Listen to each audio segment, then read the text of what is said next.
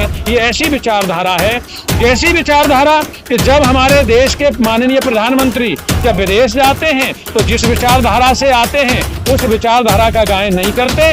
उन्हें भी यही कहना पड़ता है कि मैं बुद्ध की धरती। 90% का समाज है आज वो मांगने वाला बना हुआ है। कोई राशन मांग रहा है, कोई गैस सिलेंडर मांग रहा है, कोई पेंशन मांग रहा है, वो मांगने वाला बना हुआ है। जबकि बाबा साहब तो रानी के पेट का ऑपरेशन कर गए। अब राजा का बेटा राजा नहीं होता।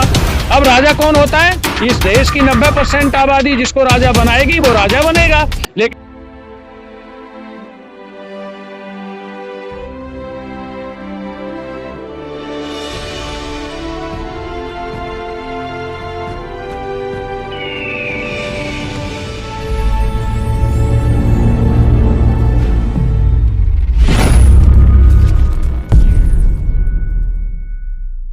नमस्कार, मैं राजेश बौद्ध और आप देख रहे हैं SB लाइव 85। आज हमारे साथ मैं राष्ट्रीय अध्यक्ष आरक्षण बचाओ संघर्ष समिति doctor MP Singh ji. Sir, जिस प्रकार से यहाँ पे कार्यक्रम रखा गया है जी। ऐसा ही कार्यक्रम दिल्ली के अंदर भी रखा गया था जी। और उस कार्यक्रम के बाद में हिंदुओं की भावनाएं कुछ ज्यादा ही आहत हो गई और फिर उसके बाद फिर दूसरी बार चोट किया जा रहा है ऐसा कार्यक्रम रख के। तो इस पे क्या क्या कहना चाहेंगे आप? ये बौद्ध महासम्मेलन है जी। बौद्ध महासम्मेलन बुद्ध की विचारधाराओं को जन जन तक पहुंचाने के लिए होता है जी। बुद्ध की विचारधारा ये कहती है कि ये पूरे समूचे विश्व में, दुनिया में जिस व्यक्ति ने जीव जंतु, पेड़ पौधे, मानव के कल्याण के लिए काम किया हो, अमन चैन सुख शांति के लिए काम किया हो, उनकी विचारधारा को अपनाने से कैसे किसी की विचारधारा आहत हो सकती है? इसीलिए जिसकी विचारधारा नहीं आहत हो रही उनकी राजनीति आहत हो रही है और जिसकी राजनीति आहत होती है वो चिल्लाता है।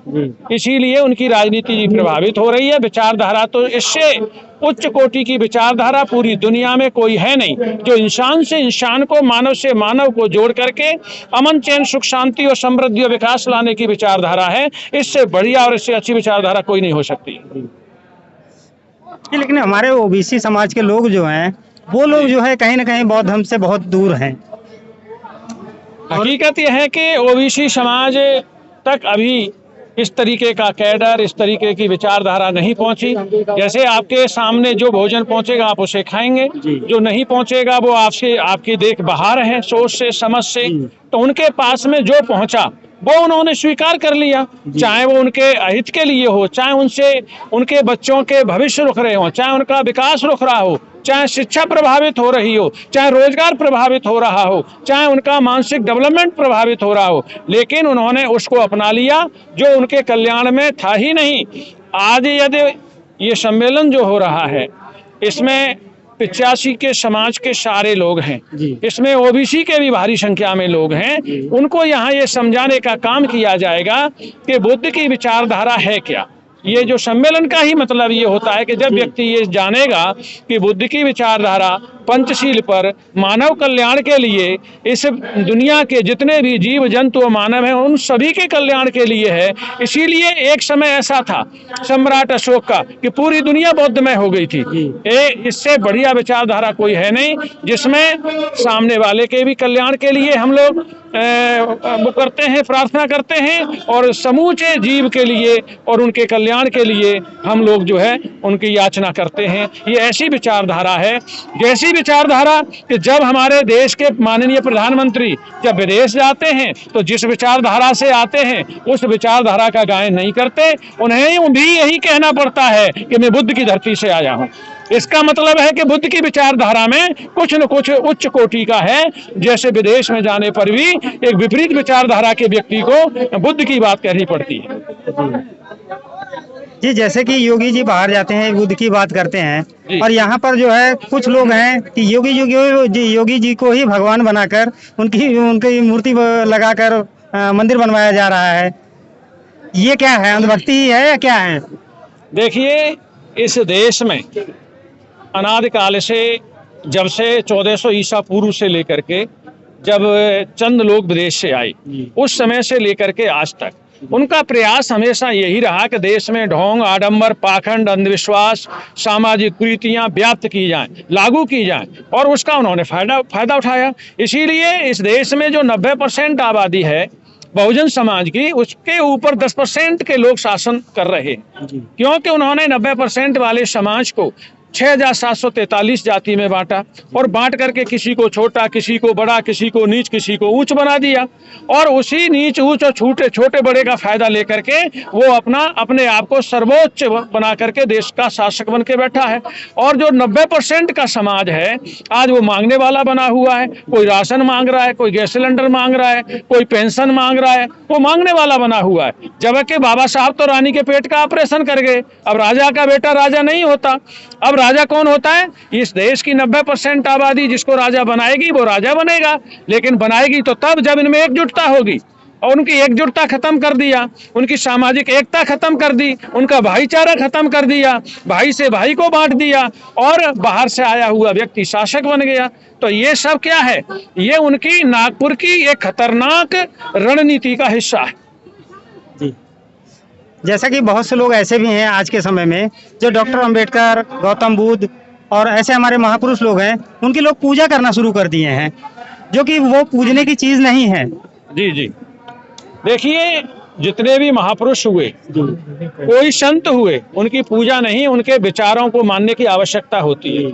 जिससे कोई भी आइडियोलॉजी हो, उस आइडियोलॉजी को यदि मैं मानता हूँ, जैसे मैं डॉक्टर अंबेडकर तथागत बुद्ध की आइडियोलॉजी को मानता हूँ, तो उनकी पूजा करने की आवश्यकता नहीं है। पूजा करना ही तो आडंबर है, वही तो अंधविश्वास है, और उस अंधविश्वास से हम समाज को निकालना चाहते हैं। उनके विचारों पर चलने की आवश्यकता है। जैसे डॉक्टर अंबेडकर के संघर्ष में सब कुछ छुपा हुआ है। जिन्होंने डॉक्टर अंबेडकर को पढ़ा है, उनके जीवन के सारी समस्याओं का समाधान बाबा साहब के संघर्ष में निहित उससे हो जाता है। और बुद्ध की विचारधारा तो ऐसी विचारधारा है जो मानव कल्याण के लिए बनाई गई है। वही अंतिम समय में बाबा साहब ने इस देश के वंचितों को, इस देश के पिछड़ों को, इस देश की महिलाओं को देने का काम किया, जिससे इनको सम्मान मिलता रहे और इनको वाजिब इनकी हिस्सेदारी मिलती रहे।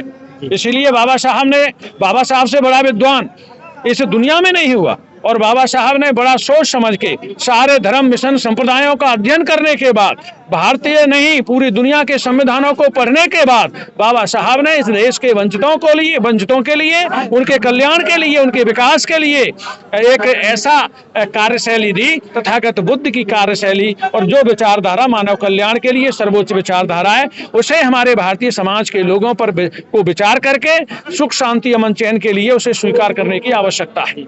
इस प्रकार के आयोजन आगे चल के भविष्य में किस प्रकार से गौतम बुद्ध के धर्म को आगे बढ़ाने के लिए, बाबा साहब के विचारों को आगे बढ़ाने के लिए कितना कारगर सिद्ध होगा?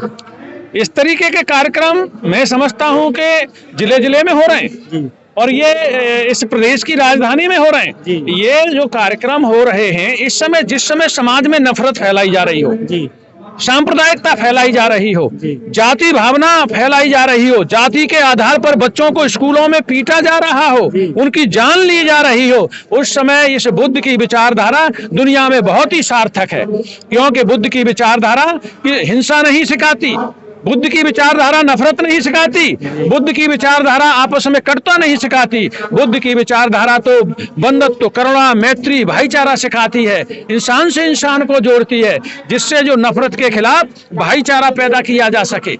ये इसीलिए ये जो बौद्ध सम्मेलन है, ये नफरत के खिलाफ भाईचारा स्थापित करने के लिए है समाज में। सर्व समाज के लोगों को इसे स्वीकार करना चाहिए।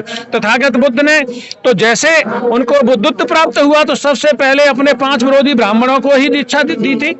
तो तथागत बुद्ध को जो लोग मानते हैं, तथागत बुद्ध की विचारधारा को माने, हमें तो उनसे भी कोई ऐतराज नहीं। हम किसी धर्म के, जाति के खिलाफ नहीं है, हम तो जातिवाद के खिलाफ हैं, हम सांप्रदायिकतावाद के खिलाफ हैं, हम उनके खिलाफ हैं जो इस भारत को और भारत की संस्कृति को नष्ट करना चाहते हैं। हम उनके खिलाफ हैं।